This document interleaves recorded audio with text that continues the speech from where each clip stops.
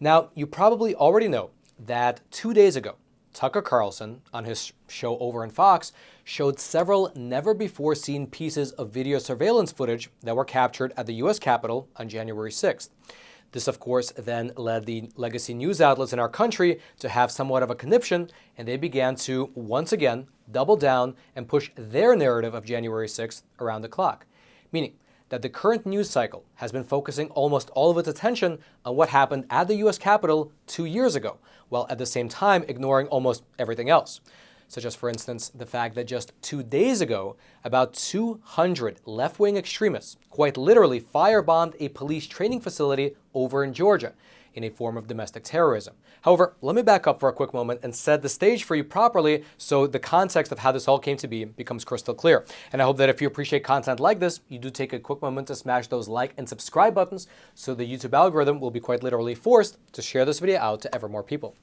Now, to start with, you might remember how 2 months ago, during the fight in the U.S. House over who was going to be Speaker, Kevin McCarthy made several concessions in order to eventually secure his position as the Speaker of the House. And even though this wasn't on the official list of concessions, shortly after he became Speaker, Kevin McCarthy handed over about 41,000 hours worth of surveillance footage that came out of the Capitol on January 6th of 2021. And he handed this footage exclusively to Tucker Carlson and his team. Then, after Tucker's producers spent several weeks combing through that footage, Tucker aired a segment on his program, which showed several never-before-seen camera angles, which really did call into question the official mainstream media characterization of several different people, including, of course, the infamous shaman with the fur hat, whose real name, by the way, is Mr. Jacob Chansley. He is, just for your reference, currently serving a 41-month-long prison sentence. However, I imagine that his lawyers are right now chomping at the bit in order to appeal his case as quickly as possible. That's because the footage that Tucker presented on his program, footage, by the way, that the government never gave to Jacob's lawyers, it shows the shaman being essentially escorted through the hallways by the Capitol Police themselves, who then opened the doors to the Senate chamber so that he can go in and take those infamous photos that were then plastered all over every single news channel in the country for the last 2 years. Here's a short excerpt from the Tucker Carlson expose that aired again just 2 short days ago. Dangerous conspiracy theorist dressed in outlandish costume who led the violent insurrection to overthrow American democracy. For these crimes, Chansley was sentenced to nearly 4 years in prison, far more time than many violent criminals now receive. What did Jacob Chansley do to receive this punishment? To this day, there is dispute over how Chansley got into the Capitol building. But according to our review of the internal surveillance video, it is very clear what happened once he got inside. Virtually every moment of his time inside the Capitol was caught on tape. The tapes show that Capitol Police never stopped Jacob Chansley. They helped him. They acted as his tour guides. Here's video of Chansley in the Senate chamber. Capitol Police officers take him to multiple entrances and even try to open locked doors for him. We counted at least 9 officers who were within touching distance of unarmed Jacob Chansley. Not one of them even tried to slow him down. Chansley understood that Capitol Police were his allies. Video shows him giving thanks for them in a prayer on the floor of the Senate. Watch. Thank you, Heavenly Father, for giving the inspiration needed to these police officers to allow us to go there. Now imagine for a quick moment that you are Mr. Jacob Chansley. You were recently sentenced to a 41-month prison sentence, which is about 4 years behind bars. And during your trial, you were not given access to this exculpatory evidence. You might have told the jury during the trial that, hey, the police officers just let me walk around and they even opened the door for me so I can walk in. But since the judge refused the footage from being shown, what jury would actually believe you? And indeed, soon after Tucker Carlson began to show these videos to the public on his primetime show, more and more of these January 6 prisoners, who are still awaiting trial, are now asking the court to delay their trial so that their lawyers can review this new treasure trove of surveillance footage. As an example, the lawyer for Mr. Shane Jenkins, who is currently awaiting trial for physical violence in the Capitol as well as disorderly conduct, he wrote this in a motion to the court. Quote, Mr. Jenkins requests that his trial currently set to begin on March 21st, 2023 be moved so defense counsel can review the additional discovery. Video evidence depicting Mr. Jenkins would constitute both exculpatory and material evidence which would require disclosure from the government. Due to the large amount of video being released, and because Mr. Jenkins is currently incarcerated, we request additional time to review the information and prepare for trial. Now, there are 2 things that are really worth highlighting here. The first is to really take in the fact that 2 years, over 2 years after January 6th, there are still people being held in pre-trial detention. Really think about that. These people have been sitting in jail for over 2 years just awaiting a trial.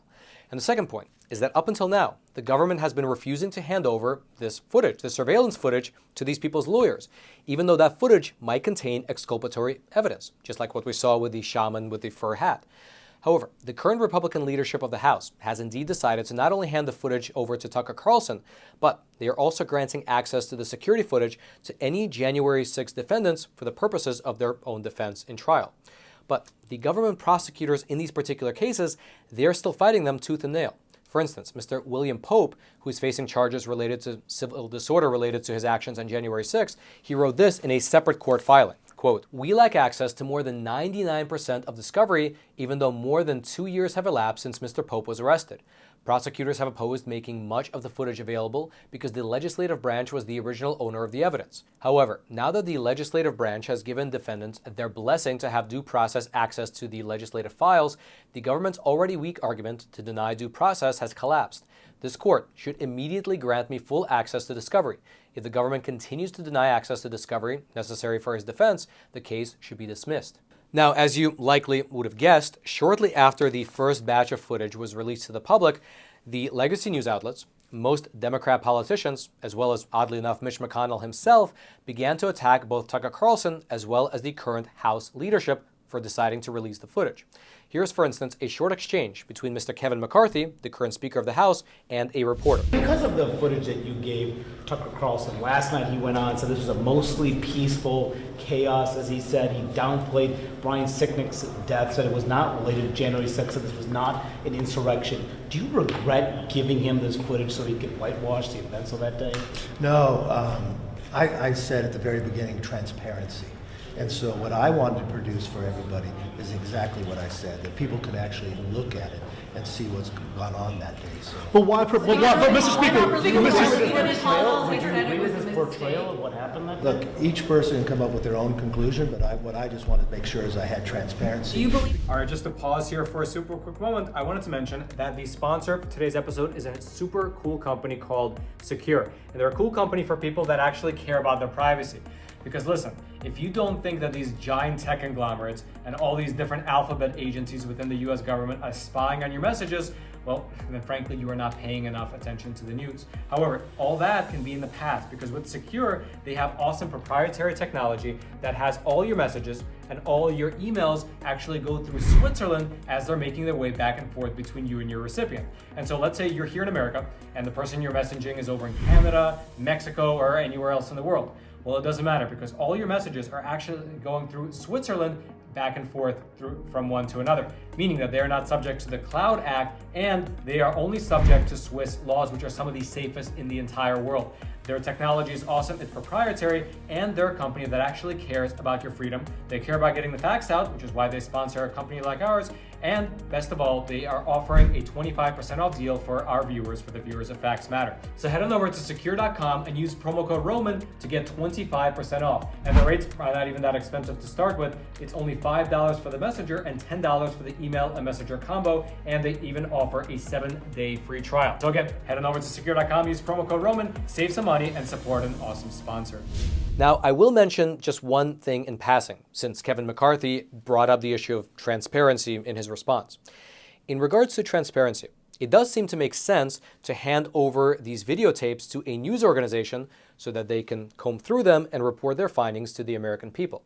However, on the flip side, by handing over all of the 41,000 hours of footage to only Tucker Carlson and his producers, it now becomes impossible for other journalists at other news organizations to also comb through that footage for themselves. For instance, we here at the Epoch Times, we cannot corroborate their findings, and we also can't report on the things that either Tucker or his producers decide to omit.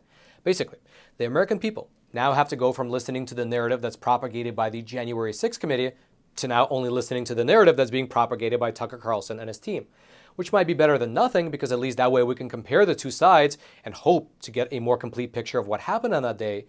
But in terms of real transparency, it would be great if we could just have an honest, non-propagandized account of that day. It would be great if the video footage were released and we could all see it for ourselves. The American people can get a real accounting of that day.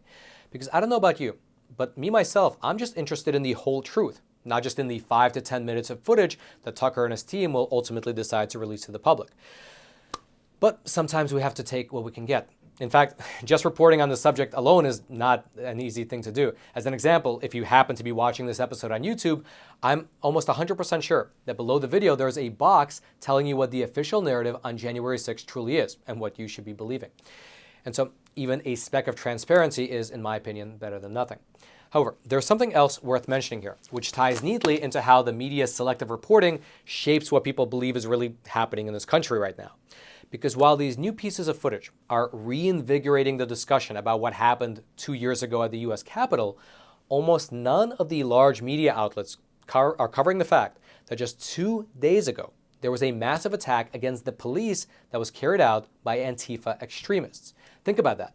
2 years later, January 6th is still getting around-the-clock coverage, while at the same time, you have footage from just 2 days ago showing about 200 far-left extremists who are part of an Antifa affinity group carrying out a firebombing ambush attack on a police training facility over in Atlanta, Georgia.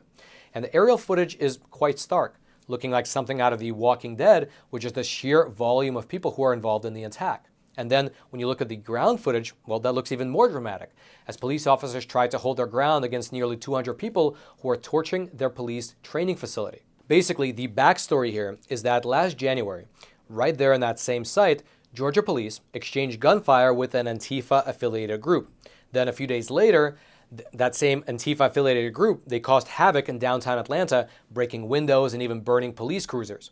And then now, you fast forward to 2 days ago, and under the pretense of a mostly peaceful protest, which by the way, they organized partly on Twitter, these rioters came in and destroyed the construction equipment that was being used to build the police training facility right there in Georgia.